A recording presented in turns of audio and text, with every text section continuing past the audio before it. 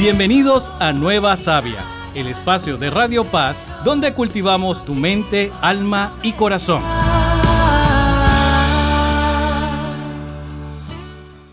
Querido oyente de Nueva Savia, bienvenido de nuevo. Hoy nos adentramos en una historia que conmueve por su lucha, pero sobre todo por su luz. Es la historia de Carolina y su marido Reinaldo, una pareja que ha sido marcada por una enfermedad genética que elevó el colesterol a niveles extremos, comprometiendo su corazón, sus arterias y su vida entera, ¿no? Para Carolina, desde niña, su cuerpo ha sido un campo de batalla, pues una enfermedad genética la ha marcado desde este inicio. Y la hipercolesterolemia inicialmente, la cual ataca al sistema cardiovascular, la obligó a los 20 años ya intervenirse en una cirugía y desde entonces ha estado viviendo con numerosos stents coronarios, sesiones regulares de renovación de sangre. Pero lo que impresiona no es tanto esta parte de diagnosis, sino su resiliencia, su actitud ante la vida, la luz que emite, la cual ha inspirado a Reinaldo, hoy también con nosotros, y a muchos otros, como embajadora, por ejemplo, de la American Heart Association. Así que muy bienvenidos, Carolina y Reinaldo, ¿cómo estamos? Gracias, buenas tardes. Hola. Bien. Bueno, ahora vamos a entrar en materia. Como siempre, comenzamos con una breve oración de entrada y el santo o santa, en esta ocasión, inspiradora de la semana. La oración en nombre del Padre, del Hijo y del Espíritu Santo. Señor, enséñanos a ver el milagro en lo frágil, a descubrir tu fuerza en quienes cargan cruces silenciosas y a confiar en que incluso los cuerpos heridos pueden ser templo de tu luz. Amén. Y hoy vamos a empezar con la mini biografía de Santa Josefina Bakhita, porque también de la esclavitud y el dolor físico emergió con una paz y dulzura sobrenaturales. Como Carolina, su cuerpo fue castigado, pero su alma brillaba más allá del sufrimiento. De hecho, me encanta una de sus famosas frases: las cicatrices de mi cuerpo no son heridas, son las puertas por donde entró Dios. Y así comenzamos con Carolina y Reinaldo. Contarnos, antes de nada, un poco sobre vosotros. ¿Dónde nacisteis? ¿Dónde os conocisteis? Para que os conozca un poco mejor la audiencia. Somos venezolanos, nos conocimos en Venezuela y nos casamos en el año 93 y tenemos un hijo de 24 años y inicialmente nos mudamos a Europa, vivimos mucho tiempo en Europa y luego aquí en Estados Unidos, donde ahora vivimos en Miami. Estupendo. Y yo siempre que puedo aprovecho para hacer patria, y su hijo Reinaldo nació en Madrid, excelente ciudad donde nació este servidor. Y bueno, contarnos entonces cómo fue, por ejemplo, Carolina, cómo fue tus inicios, cómo recibió tu familia tu diagnóstico inicial o cómo sentisteis ese primer input al respecto. Bueno, en mi familia ha habido la hipercolesterolemia desde que yo tengo memoria, ¿no? Y mis tíos, mi madre, sufrían de hipercolesterolemia. De hecho, mi mamá fue diagnosticada cuando estaba embarazada de mí. En esa época tampoco se conocía mucho, no habían tantos estudios genéticos, con lo cual no había mucho que hacer, simplemente se pensaba en dieta, ¿no? Crecí en este ambiente hasta los 20 años, que a los 19, diría yo, empecé a tener síntomas, dolores de pecho, mucho cansancio. Yo nadaba, empecé a colapsar durante las prácticas. Estaba estudiando medicina y ir de un edificio a otro me agotaba hasta que un día colapsé. Me llevaron al médico en la ¿Qué semana significa siguiente. colapsaste? Bueno, que perdí el conocimiento, caí en el piso y no sabían qué tenía. Claro, muy joven, me llevaron a mi casa y ahí ya yo me mejoré. Sin embargo, mi papá, que había sufrido de infartos anteriormente, le llamó mucho la atención y conociendo la historia familiar, decidió hacerme una cita con su cardiólogo, el cual el día que me vio me hizo una prueba de esfuerzo y en la prueba de esfuerzo colapsé de nuevo y fue que me dio un paro cardíaco con lo cual me llevaron a la terapia intensiva, me revivieron y allí empezó toda mi historia de proceso de enfermedad cardiovascular. ¿Cómo A las pocas, recibiste, perdón. cómo recibiste esos primeros momentos? ¿Qué pensaste? ¿Cómo abordaste ese punto de Bueno, inflexión, supongo, en tu vida? sí, curiosamente, yo durante toda la época que tuve los síntomas, sin decir nada, simplemente estaba aterrada, yo creo, pero además me sentía bastante culpable, sentía como que, bueno, no estás haciendo suficiente esfuerzo, eres un poco vaga, que no quieres estudiar, que te quedas dormida estudiando. Y luego esto fue como cuando me dan el diagnóstico, digo, ay, pero no estaba tan loca, ¿no? O sea, no era que no quería, es que realmente no podía. En ese sentido fue un miedo y un alivio a la vez, ¿no? Que alivio que no estoy loca, qué fuerte que lo que tengo es tan gordo, ¿no? Sabor Eh, agridulce, ¿no? sí, totalmente. Y luego, bueno, fíjate que he tenido la grandísima suerte de siempre estar rodeada de una gente muy especial. El médico fue un hombre tan positivo desde el día cero, en la manera de hablarme, en la manera de enfocar todo, que nunca vi esto como un fin, siempre como, bueno, una etapa que tenemos que pasar para algo mejor. Con lo cual, mis padres también, siempre cercanos, muy calurosos, y ellos sí con muchísima fe. Dios está contigo, aquí te traigo a la Virgen. Y ahí fue como en que empecé yo con la conexión de mi fuerza con la fuerza de Dios, con la fuerza de mi familia, con la fuerza de mis médicos. Todos juntos vamos con esto. Y la verdad es que oigo mucho que dicen, uy, qué duro tu camino, qué duro tu camino. La verdad es que yo he sentido que ha sido mi camino. No sé si es más fuerte o más suave que el de los demás. Es mi camino y mi camino ha sido muy especial y me ha dado muchísimas gratificaciones. Y sí es verdad que hay momentos que han sido difíciles, pero todos tenemos momentos difíciles, sea en un hospital, sea en tu casa, sea en tu trabajo. Momentos difíciles que al ser tuyos son inigualables, son en los tuyos. Y yo creo que el estar acompañado con Dios, con amigos, con familia, es la única manera de salir adelante, sea cual sea el campo de batalla. Eso es lo que te iba a comentar, ¿no? ¿Dónde encuentras la fuerza cuando ya no te queda energía? ¿Tienes algún tipo de ritual, alguna oración o es este tipo de recurso a los seres queridos? Cuando estás muy mal, yo creo que solo Dios,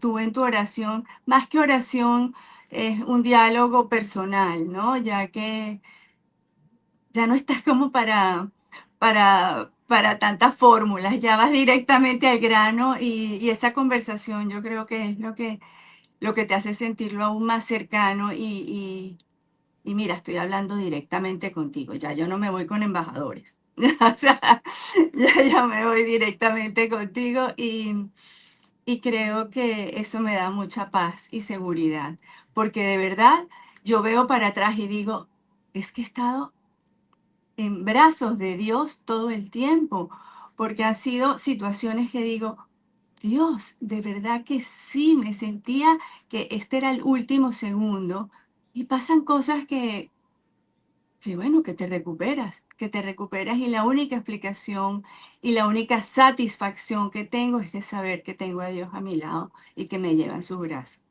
Qué bueno. Generalmente es mucho más fácil entender lo que estáis afirmando cuando ya tienes una suficiente perspectiva, ¿no? Y ahí quisiera, Reinaldo, que nos contaras un poco, bueno, cómo os conocéis y todo lo que, en tu caso particular también, cómo te impactó a ti, tanto Carolina como su experiencia, y cómo efectivamente lo que me ibas indicando, ¿no? Antes de empezar a grabar, ¿no? Cómo luego te vas dando cuenta que vas uniendo los puntos y que te va ratificando, ¿no? Cómo en todo momento Jesús, Dios ha estado ahí con vosotros. Cuéntanos un poco cómo fue tu perspectiva. Sí, bueno, yo la verdad que he tenido la bendición de tener una vida extraordinaria, con muchísima suerte, muchísimas bendiciones. todo lo tenía, todo lo tengo, todo, no me puedo quejar.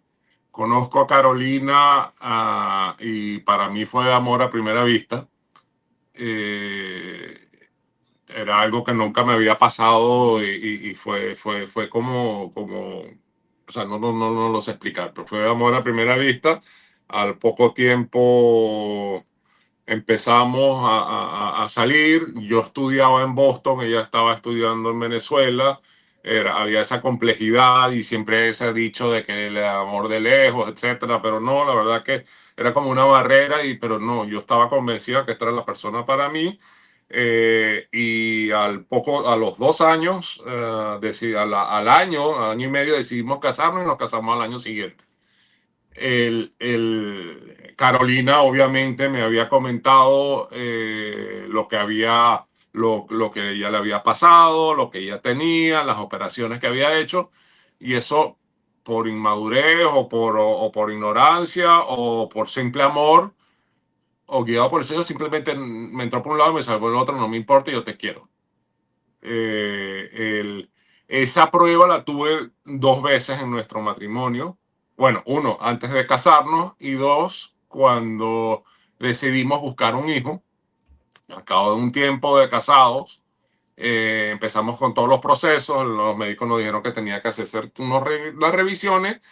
eh, pero antes de eso, yo le decía a Carolina, yo no sé si quiero arriesgarte a ti en un embarazo o traer al mundo a alguien que tenga que sufrir lo que sufres tú. Uh-huh. Y era un egoísmo mío muy feo. Y de nuevo lo comparo con esa de decir, quiero, y Carolina me dijo, me lo cantó, me lo dijo tan bonito, me recuerdo todavía como si fuera ayer, donde así somos, y en lo que nos da el Señor es lo que nos entrega el Señor. Y la verdad que no tenía con defensa alguna. Seguimos adelante. Se abrió una, una caja de sardinas, porque ahí empezó que tenía problemas de las carótidas, tuvo varias operaciones, intervenciones, desde que queríamos salir embarazados a que saliera embarazado, pasaron 4 años, 5 años. Claro, porque me hicieron exámenes para ver cómo iba a estar para el embarazo y resultó que no estaba tan bien. Y entonces se hubo que tratarme todo hasta llegar al momento. Obviamente, cuando llegó el momento, después que ya estaba toda reparada, me dicen otra vez, bueno, la verdad es que nos parece medio loco que sigan pensando tener un hijo, ¿no? Porque siempre va a haber algo. Y ahí yo creo que es interesante porque estoy viviendo en Europa.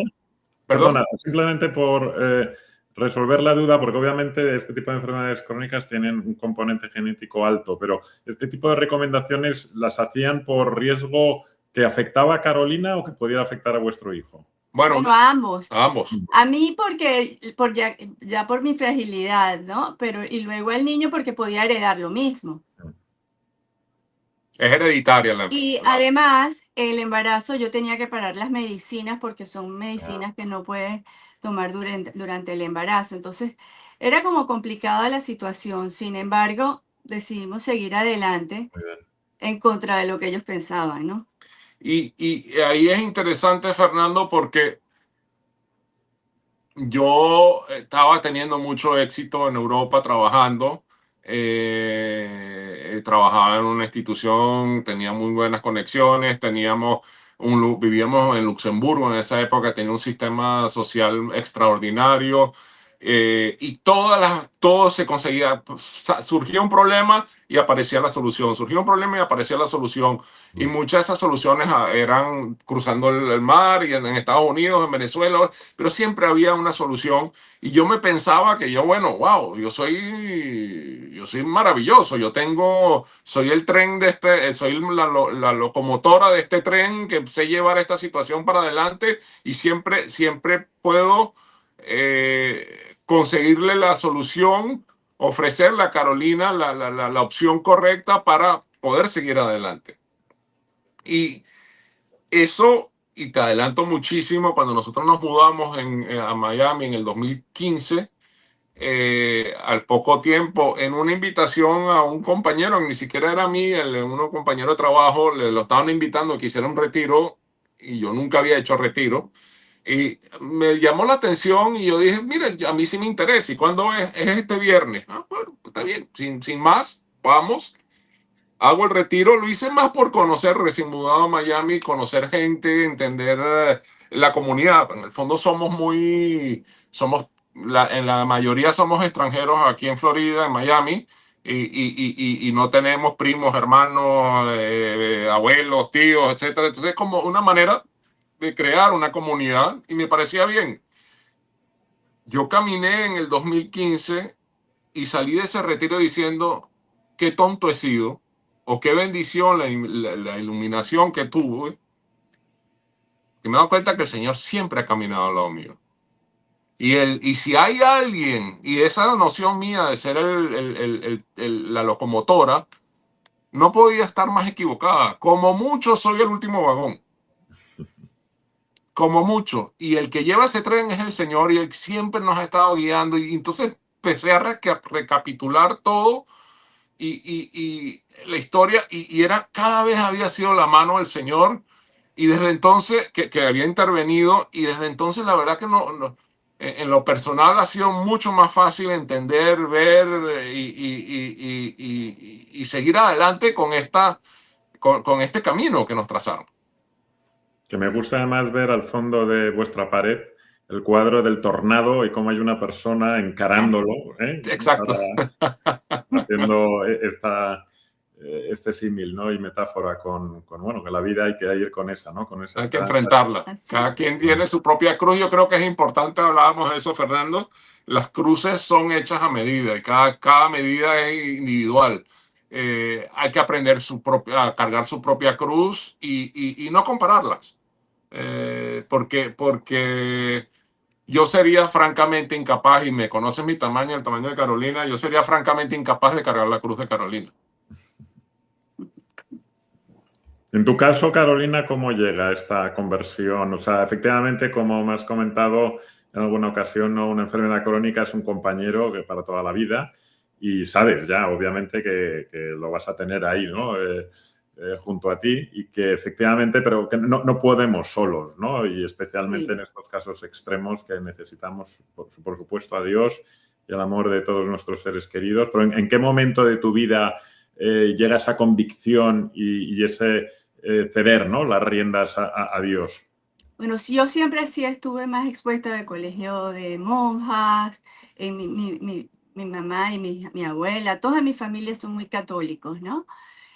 Sin embargo, esa cercanía personal, digamos, como más, vino a través de la enfermedad. Yo sí creo que después de operada tuve la necesidad de acercarme más a Dios de una manera, yo digo, más íntima, ¿no? Fue como muy personal, no era necesariamente que iba todos los días a misa, no, yo creo que era algo, una conversación más personal y creer, yo creo que la fe, o sea, la fe se me afianzó muchísimo con la primera operación. Sí pasé momentos como en crisis, ¿no? Que de repente sobre todo en épocas donde estás muy enferma, donde se hace muy largo el proceso y muy doloroso. El dolor físico puede erosionarte el alma a veces, ¿no? Y yo creo que ahí son pruebas muy duras donde a veces dices, Señor, de verdad estás aquí. Y pueden haber venido dudas, pero muy cortas porque siempre ha habido una respuesta para mí. Y eso me ha ayudado a seguir adelante. ¿Y cuán importante fue, en un momento dado, leí la charla que diste como embajadora de la American Heart Association y se me quedó grabado el que habías aprendido que hay secretos que no vale la pena guardar, ¿no? ¿Cuán importante es expresar el dolor, pedir ayuda, hablar de lo que nos pasa? en tu caso. Sí, es eso, es compartir, porque al final, sí, yo me sentía incapaz de hablar del dolor, ¿no? De la debilidad. Yo creo que exponer tu debilidad muchas veces te hace sentir vulnerable ante los ojos de los demás y, y cuán importante es. Porque ese secreto a mí me costó casi que la vida, ¿no? Porque yo no me atrevía a decirlo, no, fui escondiendo, escondiendo, y cuando me lo encontraron ya era que me tuve que quedar en el hospital. Eh, Cuán fácil hubiera sido para mí, tanto física como emocionalmente, sentirme apoyada y ayudada. De hecho, cuando lo dije y cuando se supo, no he recibido sino manos amigas y cariño y ayuda que yo veía en algún momento dado que podía ser lástima. Yo creo que también a veces tenemos mucho miedo, o yo tenía mucho miedo en particular, a que la gente sintiera lástima de mí, ¿no? Porque, no sé, quizás por orgullo, no sé por qué sería, porque ahorita la verdad es que siento que en ningún momento es lástima, es simplemente empatía con el otro. Y yo creo que el que recibe un afecto es realmente un regalo, pero el que lo da también es un regalo. El poder dar es un regalo que le da Dios. ¿Qué Eh, la, recomendarías a la gente joven que nos escucha, bueno, y no tan joven, pero que es verdad que a veces dudamos cuando un amigo nos actualiza que le acaban de diagnosticar un cáncer o que le acaban de trasladar una mala noticia, que a veces dudamos de, bueno, no lo voy a molestar porque a lo mejor ahora necesita tiempo de intimidad y o asusta mucho, asusta muchísimo cuando alguien te dice eso, de que, mira, tal persona tiene esto. Oye, llama. llama, ¿no? Llama, yo creo que sí. Yo creo que el acercar, el sentir que tienes la persona cerca, quizás no puedas hablar con esa persona en ese momento, pero el saber que está ahí, yo creo que es de un valor increíble. Y nunca va a haber amor en exceso. Ujú. Eso yo creo que siempre vamos a estar abiertos a recibir amor. Ahora, que de repente no es el momento porque en ese momento estás completamente destruido, pero y no atiendes la llamada, pero sabes que te llamó y eso no se te olvida jamás. Es curioso lo que menciona Fernando, porque recientemente hicimos un viaje para visitar al hijo de una niña que la consideramos sobrina, casi hija, o la queremos mucho, que tiene un hijo que está pasando por una situación muy complicada, terminando con los cánceres, etcétera. Y nosotros fuimos a visitarlos, a acompañarla a ella, a su marido y a los dos hijos, a darles un poco de sanación, De ánimo. de ánimo, de apoyo. Y de regreso nos mirábamos, Carolina dice, y nos mirábamos y era como que si el niño nos sanó a nosotros. Sí, con una alegría, con una energía, con un positivismo que salimos nosotros contagiados de ellos, en vez de ser nosotros los que estábamos aportando. Con lo cual yo creo que no hay que tener una agenda, no hay que tener una agenda cerrada de qué es lo que voy a decir o no decir. Hay que presentarse. Hay que presentarse, hay que estar, hay que ofrecerse y el Señor nos guía, nos dice, nos da las claves para nosotros actuar, porque en el fondo somos sus herramientas. Pero qué bonito esto que está saliendo de que efectivamente nunca va a haber amor en exceso y que no hay agenda, ¿no? Para las muestras de amor, porque yo creo que al final efectivamente es nuestro cometido, ¿no? En el proceso de santificación, que importante es lo que estáis subrayando ahí de no dudar, o sea, no te vas a equivocar nunca Nunca. con una muestra de amor y no existe el momento inadecuado, ¿no? Para ofrecer nuestro cariño, amor y efectivamente ya adaptará a Dios en el momento adecuado, ¿no? Pero ahí queda la semilla. Qué bonito y qué importante, porque yo lo he sufrido en varias ocasiones en las que piensas que a lo mejor, oye, ¿por qué molestar? O vas a incomodar, o te van a etiquetar, ¿no? De pesado o de no, y que es verdad que relevante es el no escatimar en muestras de amor, porque efectivamente es el único camino a la santificación, ¿no? Aquí estamos para aprender a amar y paradójicamente, como bien decís, qué maravilla y qué mensaje más adecuado cuando efectivamente damos el paso, ese bienestar y esa paz que estabais describiendo ahora, ¿no? Que muchas veces es donde está la clave, ¿no? El que entrega en realidad recibe. En esta misma línea. Exactamente. Oye, y a este respecto, ¿cómo podríais resumir lo que vuestras cruces os han enseñado, ¿no? Si tuvierais que decir una sola frase a alguien joven que está empezando a tener problemas de mayor o menor magnitud, pero que efectivamente, sobre todo el primer impacto, ¿no? Hablábamos antes también de un chiste con boxeadores. Y a mí me ha recordado, Reinaldo, el lema este de que oye, todos tenemos un plan y pensamos que la vida nos va a ir desde hasta que te dan la primera bofetada y entonces, ¡pum!, te desorientas completamente y se fue al traste, ¿no? Cualquier plan que pudiéramos tener, porque Dios no deja de sorprendernos, ¿no? En planos bélicos hablan que siempre hablan que la primera la primera caída de una batalla es el plan estratégico, porque nunca sale. Sí, yo creo que sí, yo creo que es importantísimo y lo que mencionaba de cuál es, para mí, siempre tengo al Señor al lado.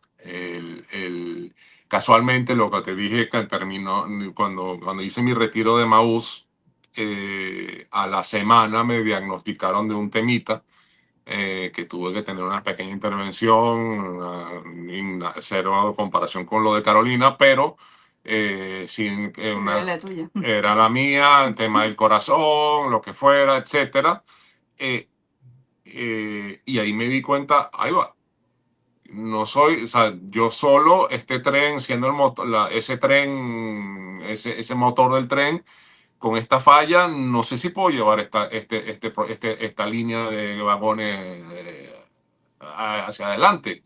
Y al darme cuenta que yo no era el motor y que el motor era otro, se me hizo tanto más fácil el camino hasta hoy, pero tanto más fácil, porque si bien sigo en la dirección que tengo que seguir, que es la que mi caminar, porque todos tenemos un caminar, es un caminar donde me he quitado un bagaje de encima enorme, porque es un bagaje compartido.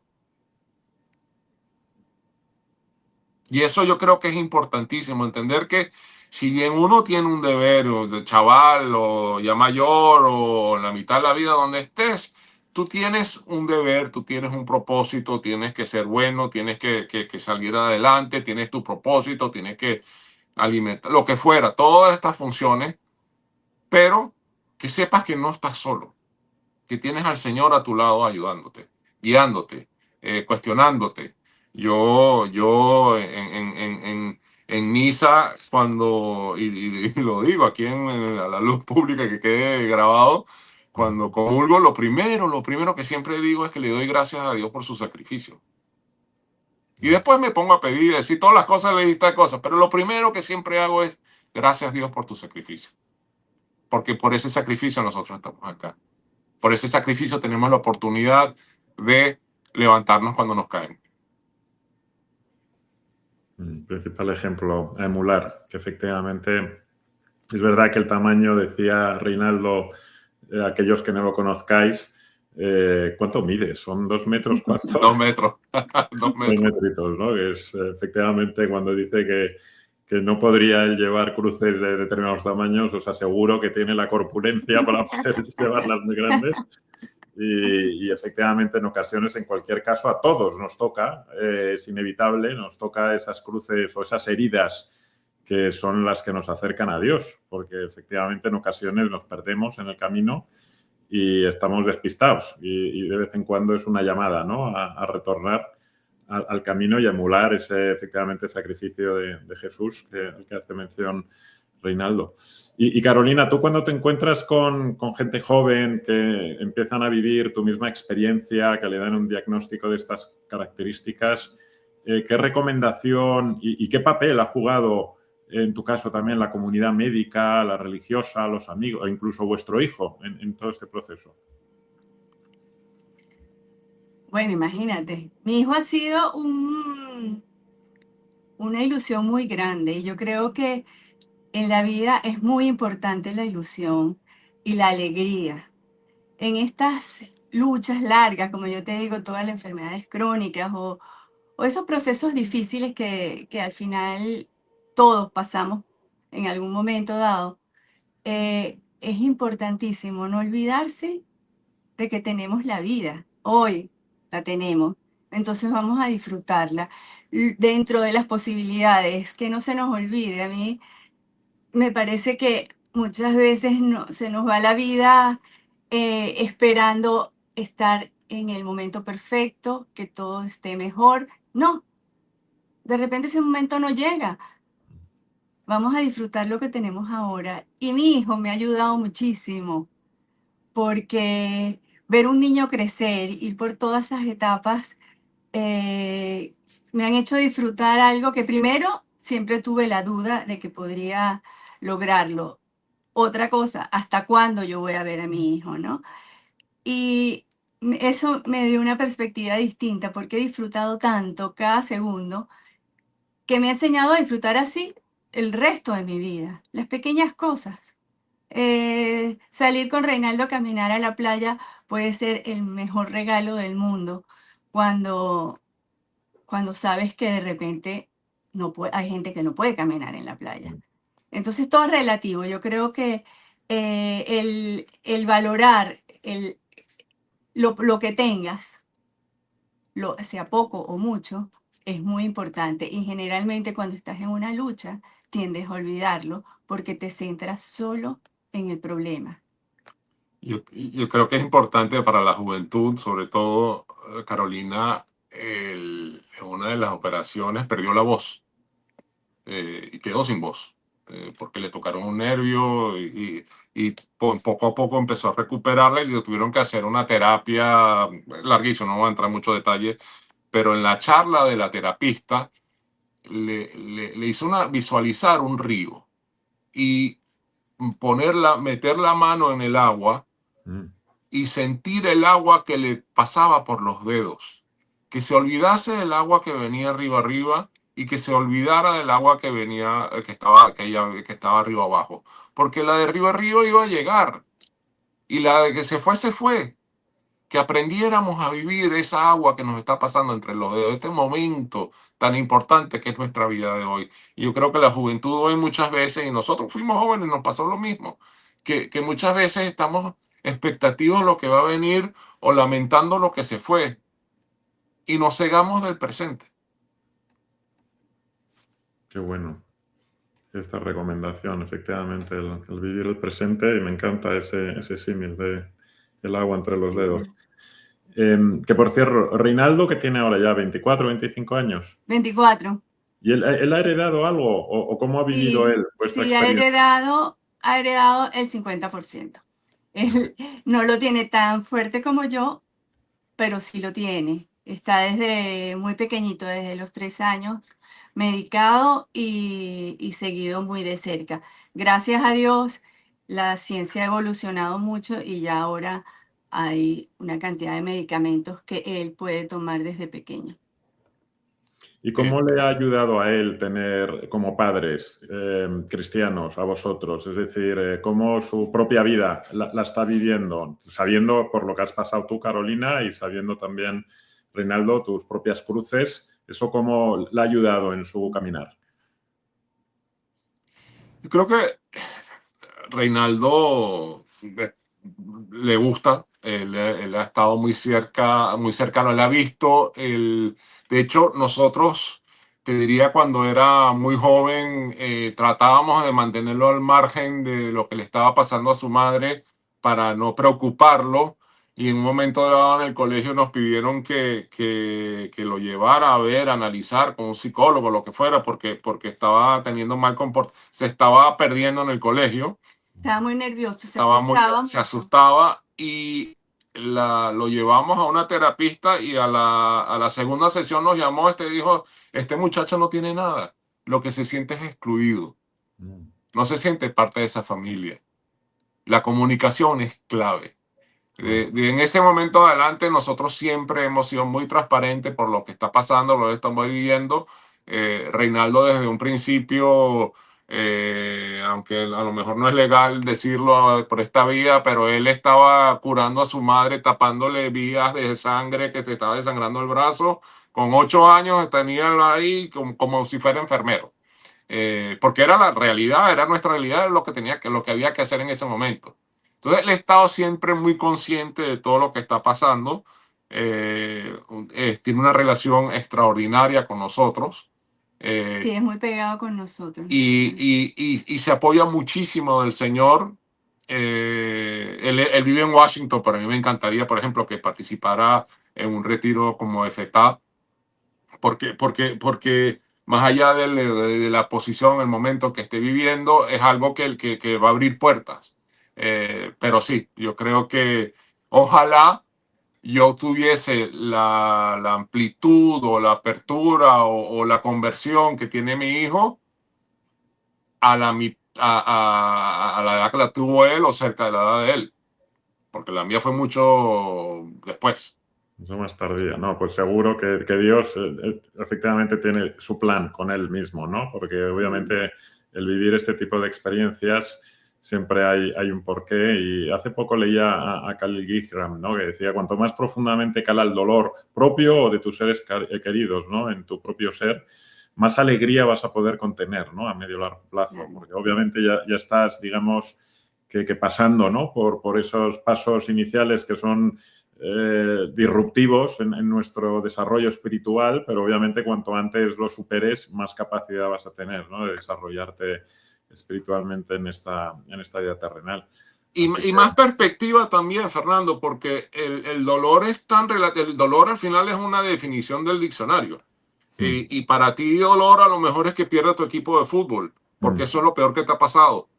Pero para mí, un ser querido. Entonces, claro, para mí, que pierda mi equipo, que puede ser el mismo que el tuyo, no me causa tanto dolor como haber perdido ese ser querido. Entonces, yo creo que hay que respetar el dolor de los demás, porque y no compararse, porque cada quien tiene su propio dolor, su propia cruz, su propia situación. Entonces yo creo que hay que ser muy compasivo con todo el mundo, porque todos estamos viviendo nuestro propio camino. Qué importante subrayar lo que lo has dicho antes también de no comparar cruces y efectivamente, ¿no? Qué relevante es porque Dios nos da lo que nos corresponde, ¿no? Y cada uno tenemos nuestra tolerancia al dolor, al sufrimiento y además nos lo da en el capítulo vital que nos conviene, porque efectivamente no todos maduramos de la misma manera, etcétera, etcétera, ¿no? Pero efectivamente, qué importante es desde luego dejar de compararnos en general, porque yo creo que esta sociedad tan competitiva en lugar de enfocarnos en cómo servir, en cómo ayudar, en cómo juntos poder progresar, estamos totalmente sometidos, ¿no? A eventos deportivos, que sea el opio para el pueblo, ¿no? Que de vez en cuando para poder hacer vida social, pero que tiene ese componente, ¿no? De competitividad constante y de ver cómo podemos ganar y de cómo, oye, y si le damos la vuelta y en lugar de buscar cómo podemos estar constantemente inventando entretenimiento para competir y ganar, ¿por qué no lo adaptamos a cómo podemos ayudarnos, cómo podemos compartir esos sufrimientos, esos silencios, cómo podemos reunirnos para ayudar en una dirección, ¿no? Que nos retroalimente y que nos enriquezca a todos, y que es verdad que a veces son pequeñas diferencias, pero en Corintios 4:16 dicen, aunque por fuera nos vamos desgastando, por dentro nos vamos renovando día a día, ¿no? Y en mi caso particular, es verdad que por fuera, más allá del desgaste biológico, pero muchas veces nos vamos desgastando con ese tipo de deseos, de objetivos, de lo que hablábamos antes del río, ¿no? De a ver si encontramos el cauce de qué va a pasar o qué podría llegar a pasar, en lugar de estar renovándonos en lo importante día a día y centrándonos en, oye, ¿qué haría Jesús en este momento? ¿O cómo puedo aportar lo mejor de mí en este momento? ¿O cómo puedo ser mi mejor versión, ¿no? Acorde con su voluntad en este momento, ¿no? Ahora. Y entonces, bueno, es complicado porque la verdad es que la sociedad no nos deja, nos bombardea constantemente con otro tipo de mensajes y con venta, ¿no? de otro tipo de contenidos que nos acaban convenciendo de la importancia de intentar adquirir o dedicar esfuerzo en esa dirección. Pero obviamente ejemplos como los vuestros, ¿no? Cuando realmente no te queda otro remedio que vivir el día a día o la vida en mayúscula, pues es magnífico, ¿no? Porque descubrimos otras maneras de afrontar cada nuevo día, ¿no? Pues yo entiendo, ¿tenéis alguna rutina matinal cada día nuevo que Dios nos regala? ¿Hay alguna rutina matinal que podáis compartir con la audiencia? Rutina, cero rutina.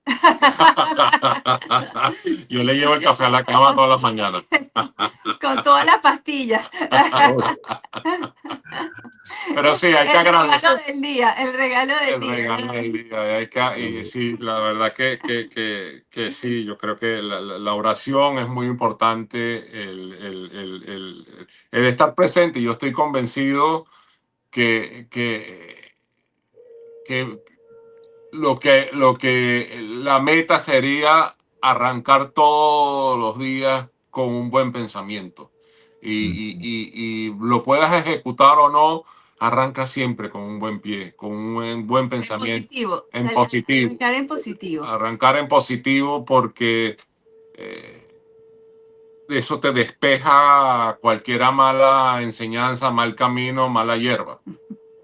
O sea, a mí me ha recordado, Reinaldo, cuando nos has compartido lo primero que haces cuando con la Eucaristía, ¿no? De dar gracias a Jesús por su sacrificio. Yo la verdad es que empiezo todos los días dando gracias por ese nuevo día.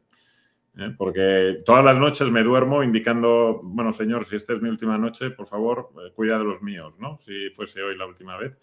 Y luego cuando amanezco otra vez, digo, ostras, me ha regalado otro día, ¿no? Pues muchas gracias por este nuevo día. Amén, amén. Sorprendido. Sí, no, y agradecido, sobre todo agradecido, porque, oye, mira, una nueva oportunidad, ¿no? De intentar mejorarme. Así que, efectivamente, yo creo que con ese positivismo y esa convicción de que, desde luego, hay que ser agradecidos, nos suceda lo que nos suceda, yo creo que vamos a tener que dejarlo aquí, desafortunadamente, porque ya hemos cubierto el tiempo, pero a mí me gusta siempre acabar este tipo de entrevistas con un desafío, ¿no? de la semana para la audiencia.